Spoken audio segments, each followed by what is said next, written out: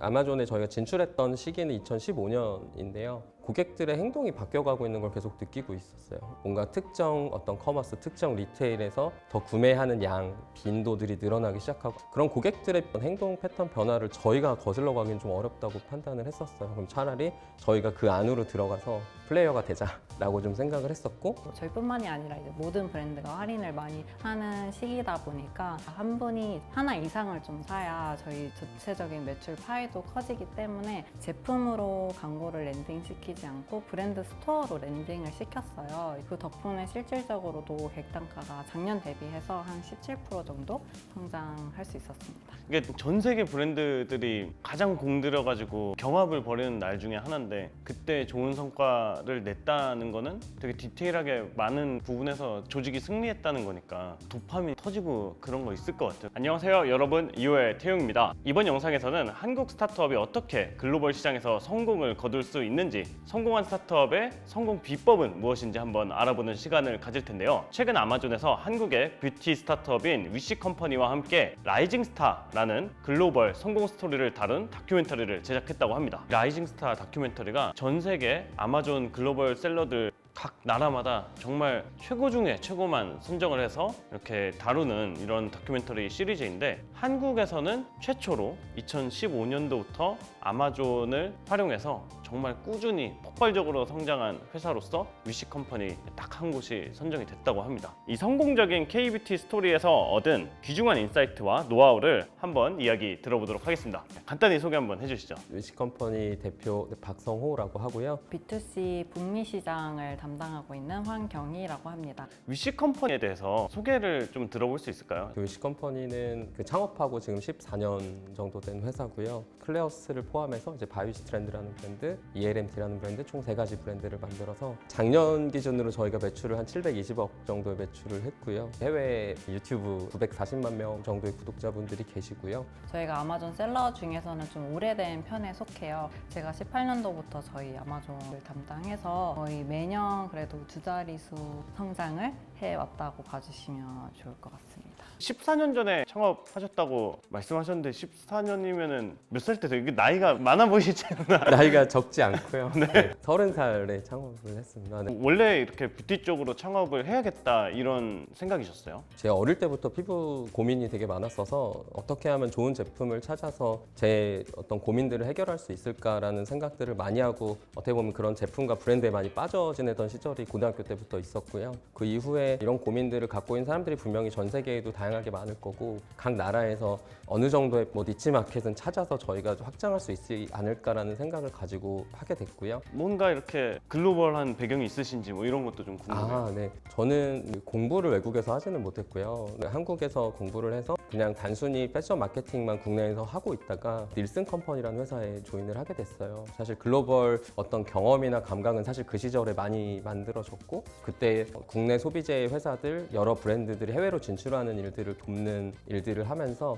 이렇게 해외에 진출하는구나. 남아공, 인도, 사우디 이런 다양한 국가들에 좀 직접 가서 사람들의 어떤 생활을 하고 있고 이런 것들을 배울 수 있었던 기회가 있었고요. 제가 갖고 있던 열망을 자꾸 뒤로 미루면 안 되겠더라고요. 과감히 퇴사를 하고 창업을 하게 됐던 시기가 딱 30살이었던 것 같아요. 근데 그 14년 전에 생각을 해보면은 제가 어렴풋이 기억하는 한국 뷰티 시장은 그런 로드샵들 많이 있고 막 이렇게 온라인으로 화장품 사고 그런 시기는 아니었던 것 같거든요. 아이폰도 2010년도에 막 한국 들어왔지만 쓰는 사람도 많지 않았던 것 같고, 이게 좀 어떤 기회를 딱 보고 하신 거예요? 그때는 뭐 K컬처 뭐 이런 것도 지금 것 같지 않았고. 제가 좀 센싱했던 거는 한국에 좋은 어떤 뷰티 산업의 인프라가 만들어져 가고 있다.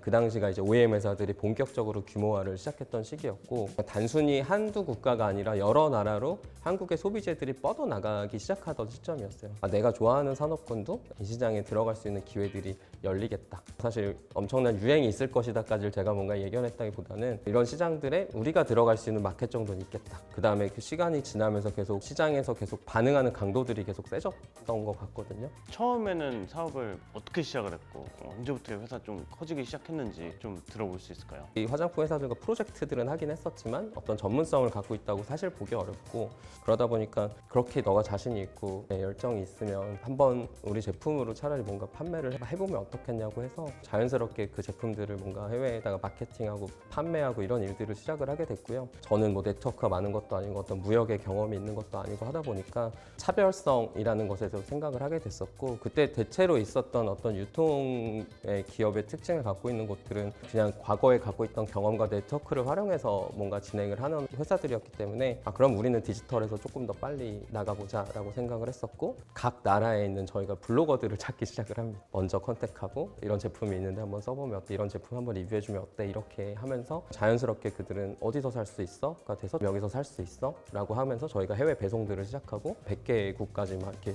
판매를 시작을 했었고, 그리고 나서 저희한테 또 다른 차별성들이 필요했었고 디지털 흐름이 바뀌었잖아요. 유튜브 채널을 만들게 됐고 체력이 갖춰지기 시작했을 때부터 우리 브랜드와 우리 제품이 필요하다고 판단을 했었고, 그때에 맞춰서 계속 잘 적응하고 변화해왔던 것 같아요. 언제 아마존 가야겠다라고 생각을 했고 언제부터 이렇게 좀 북미나 다른 쪽으로 성과가 나기 시작을 했어요? 아마존에 저희가 진출했던 시기는 2015년인데요. 어떻게 보면 현지에 있는 파트너를 두고 저희가 무역을 시작해서 유통을 시작하는 와중에 고객들의 행동이 바뀌어가고 있는 걸 계속 느끼고 있었어요. 뭔가 특정 어떤 커머스, 특정 리테일에서 더 구매하는 양, 빈도들이 늘어나기 시작하고 그 프라임과 같은 서비스가 시작이 되면서 훨씬 더 많은 고객들의 그 반복 구매가 더 충성도 높은 구매들이 만들어 시작하고, 그런 고객들의 행동 패턴 변화를 저희가 거슬러 가기는 좀 어렵다고 판단을 했었어요. 그럼 차라리 저희가 그 안으로 들어가서 플레이어가 되자라고 좀 생각을 했었고, 그때 저희한테는 그래서 되게 자연스러운 결정이었고, 근데 그 당시가 이렇게 글로벌 셀러 어카운트를 아마존에서 열기 시작했던 때여가지고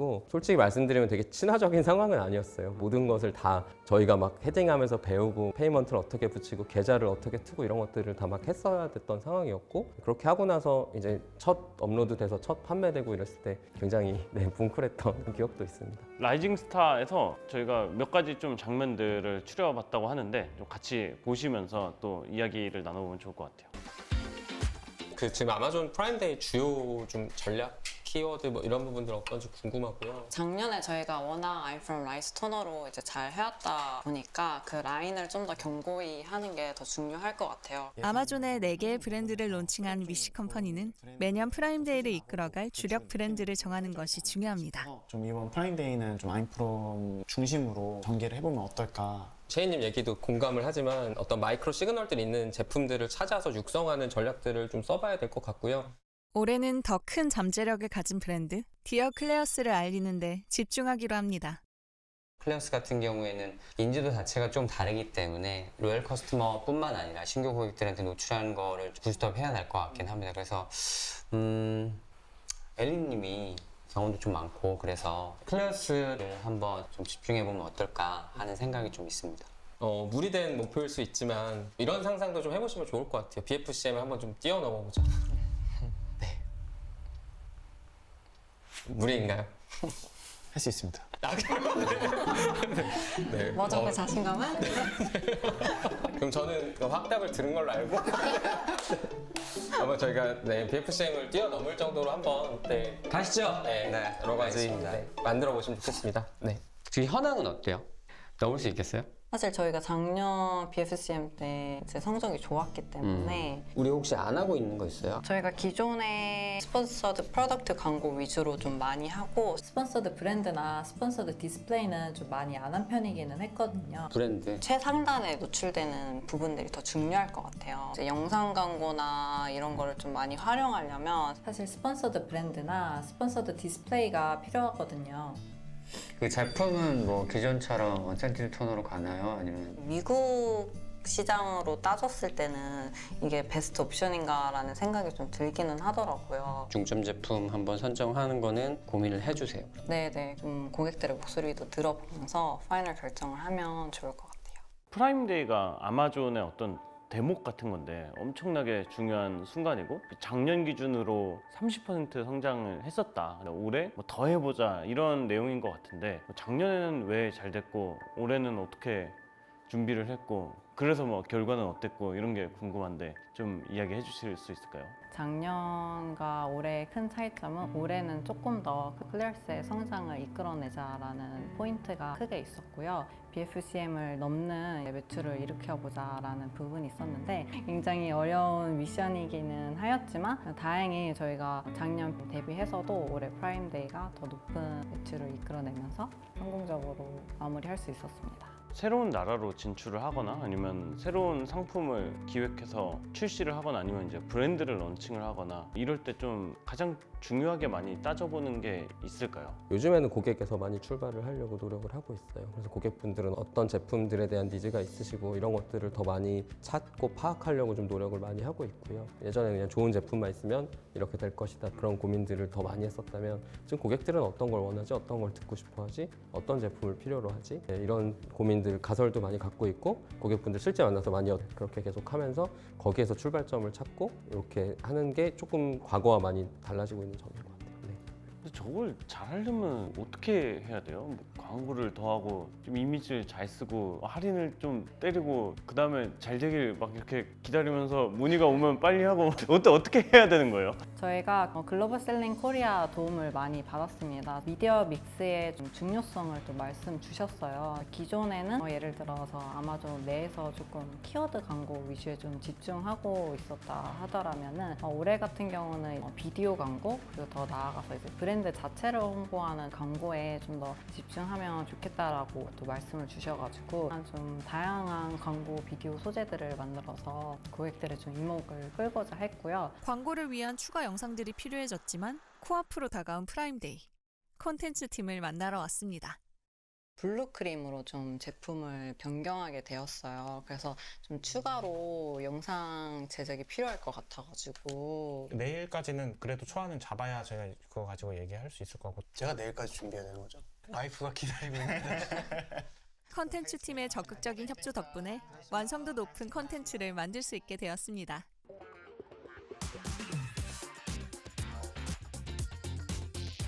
지금 블루크림 같은 경우는 좀 텍스처가 보여졌으면 해가지고 큐? 좋아요. 시원하다. 오케이, 갈게요. 하이, 큐.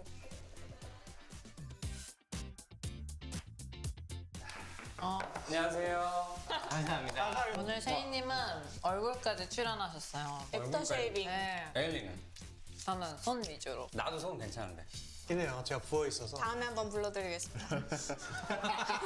사실 크리에이티브도 변화를 빨리빨리 쫓아가기 어려운데 그러면 그게 가능한 구조를 미리 회사에서 세팅을 해놓고 있어야 되는 거고 그러다 보니까 쉽지 않은데 그런 부분들을 되게 디테일하게 회사에서 잘 하고 있는 거네요. 맞아요. 아무래도 영상 광고 같은 경우는 다른 브랜드들은 좀 들어보면 그 제작 여건이 조금 힘드셔가지고 빠르게 좀 진행하기 어려워하시는 브랜드도 계신 것 같은데 저희는 이제 자체적으로 제작이 가능하다 보니까 좀 다양한 영상들을 좀 미리 테스트해보고 효율이 제일 좋은 거를 이렇게 중요한 프로모션 시기에 사용할 수 있는 것 같습니다. 또 저희가 좀 중점적으로 했던 게 이번에 좀 객단가를 높이고자 노력을 했습니다. 저희뿐만이 아니라 이제 모든 브랜드가 할인을 많이 하는 시기다 보니까 좀 객단가 자체가 올라가야 한 분이 하나 이상을 좀 사야 저희 전체적인 매출 파이도 커지기 때문에 제품으로 광고를 랜딩시키지 않고 브랜드 스토어로 랜딩을 시켰어요. 다양한 상품을 좀 보시고 한 제품 이상 구매할 가능성이 더 높아진다고 말씀을 주셨기 때문에 그런 식으로 광고를 세팅하려고 노력했고 그 덕분에 실질적으로도 객단가가 작년 대비해서 한 17% 정도 성장할 수 있었습니다. 오늘 프라임데이 첫날입니다. 마지막 준비까지 열심히 해보도록 하겠습니다. 자, 이제 프라임 시작이네요. 파이팅 합시다. Let's go. 화이팅! 프라임데이가 시작된 첫째 날, 위시 컴퍼니 직원들은 기대 반 걱정 반의 마음으로 모니터를 바라봅니다.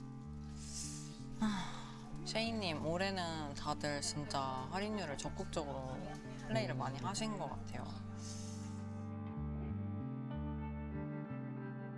비디오 광고가 잘 노출되고 있는 것 같아요. 좀 눈길을 많이 사로잡는 것 같아요. 브랜드 스토어로 소스 태그 걸어가지고 하면 좋을 것 같습니다. 네네, 좋습니다. 이튿날 아침이 밝았습니다.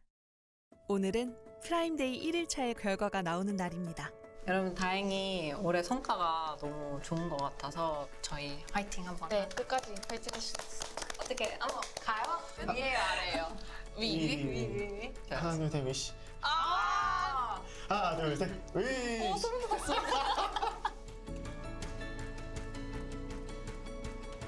자, 이제 마무리 됐네요. 사람들이 너무 수고하셨고요. 이렇게 위시 컴퍼니는 프라임데이를 성공적으로 완주했습니다. 이게 되게 그 전략이 되게 중요한 분야네요. 어디로 랜딩 시킬 것이냐도 되게 많은 차이를 가르고 이게 전 세계 브랜드들이 가장 공들여가지고 경합을 벌이는 날 중에 하나인데 그때 좋은 성과를 냈다는 거는 되게 디테일하게 많은 부분에서 조직이 승리했다는 거니까 도파민이 터지고 그런 거 있을 것 같아요. 정말 내가 나고 자라지 않은 어떤 이해할 수 없는 시장의 고객한테 물건을 소개하고 판다는 게 정말 쉽지 않을 것 같은데 이런 일들을 어떻게 하시는 거세요? 고수로서 좀 팁을 한번 주시죠. 아무래도 이제 광고를 잘 활용하시는 게 중요할 것 같은데, 왜냐면 말씀 주신 것처럼 워낙 많은 제품과 브랜드가 있는데 거기서 이제 저희 브랜드와 제품이 잘 노출되게 보여지는 역할로서 가장 중요한 게 이제 광고라고 생각이 들어요. 그리고 이제 아마존의 장점은 광고 타입이 굉장히 다양해가지고 여러 방면에 있어서 노출도를 높일 수 있다는 장점이 있거든요. 근데 이게 참 어려운 점이 그런 부분일 것 같아요. 이런 즉각적인 전환을 위해서 써야 되는 돈도 있을 거지만 브랜드의 어떤 신뢰와 이미지 뭐 이런 것들을 지속적으로 하기 위해서 예산 집행이나 뭐 이런 게 되게 달라야 될 것 같은데 각 브랜드의 주 포지션에 따라서 다를 것 같은데, 아마존은 장점이 그 아마존 내에서 광고를 하고 구매까지 바로 그 여정이 이어지다 보니까 사실은 전환율을 체크함에 있어서 굉장히 좀 편리한 채널이기도 하고 로아스적인 측면에서도 좀 타 채널 대비해서 효율을 내기가 좀 쉬운 채널이에요. 그래서 만약에 그 브랜드를 갓 시작한 입장이시라면은 저는 이제 스폰서드 프로덕트 광고, 즉 키워드 광고를 좀 적극적으로 하시는 게 좀 더 높은 전환율을 가져가실 수 있지 않을까 싶고요. 어느 정도 성장을 했다 하면은 제품에서 넘어가 브랜딩도 중요해지기 때문에 그때는 브랜드 스토어를 좀 만드실 수 있거든요. 그 광고를 통해서 스토어 랜딩으로 광고를 하면서 그 스토어 브랜드 안에서 제품도 소개하고 좀 브랜드의 그런 밸류나 이런 부분도 소개하시면서 전반적으로 또 다른 좀 전환율이나 또 노출도를 높이실 수 있지 않을까 싶습니다. 그 완전 초기 단계에는 이 채널이나 새로운 국가에서 우리 제품이 이제 반응이 있을 것이다라는 어떤 확신을 받는 과정도 좀 필요한 것 같아요. 그래서 필요하다면 많이 어떤 체험단과 같은 과정들을 통해서 고객분들한테 많이 선보여 볼 필요도 있고, 그분들 통해서 좀 리뷰도 많이 들어보실 필요도 있고, 바로 그냥 이 제품이 될지 안 될지도 모르는데 퍼포먼스 광고도 들어가는 건 사실 너무 비효율적일 수도 있을 것 같고요. 처음에 제품을 좀 확신하는 과정, 그 과정에서 이건 제품이 알려지기만 하면 팔릴 것이다가 되면 그 다음부터는 아마존 안에 있는 다양한 프로그램과 광고들을 활용해 보면 더 효율성을 올리실 수 있지 않을까라고 생각합니다. 고객에 대한 인사이트가 어느 정도 쌓이고 적극적으로 밀어봐도 괜찮을 것 같다 싶을 때 광고를 다양하게 좀 활용을 해보면 되게 좋겠네요. 영상은 아마존 글로벌셀러 코리아 유튜브 채널에서 10월 중순에 공개가 됐다고 하고, 또 이거가 영어로 또 제작이 돼서 연말에는 전 세계 시청자들한테 보여진다고 합니다. 국가대표 뭐 이렇게 보시면 될 것 같아요. 네, 영광입니다. 네. 요즘엔 좀 그런 생각이 있는 것 같아요. 뭘 해도 좀 큰 판에서 글로벌 인프라 위에 올라가서 좀 사업을 하든 컨텐츠를 만들든 좀 그래야 되는 거 아닌가, 그런 생각이 있는데 오늘 위시 컴퍼니와 아마존을 기반으로 글로벌에서 어떻게 성공을 할 수 있었는지 다양한 인사이트를 들어보는 시간을 가졌는데 저도 정말 많이 배웠습니다. 저 이제 꼴랑 4개국 하고 있는데 좀 빨리 열심히 해서 60개국 가도록 하겠습니다. 창업을 한다는 게 어쨌든 도전을 하는 건데, 이왕 도전을 할 거면은 좀 크게 세계 시장에서 놀아보자. 인프라 잘 닦여 있으니까 신나게 한번 성장을 해보자. 목표를 높게 잡으시고 아마존에 한번 탑승을 해보시면은 좋지 않을까. 창업과 아마존에 관심 있으신 분들 라이징 스타 다큐멘터리 꼭 보시고, 여기 진짜 수백억짜리 회사의 인사이트가 현장을 이제 장면과 함께 이렇게 녹여져 있다 보니까 메모 열심히 하시면서 공부하시고 원하는 꿈을 이루실 수 있으면 좋겠습니다.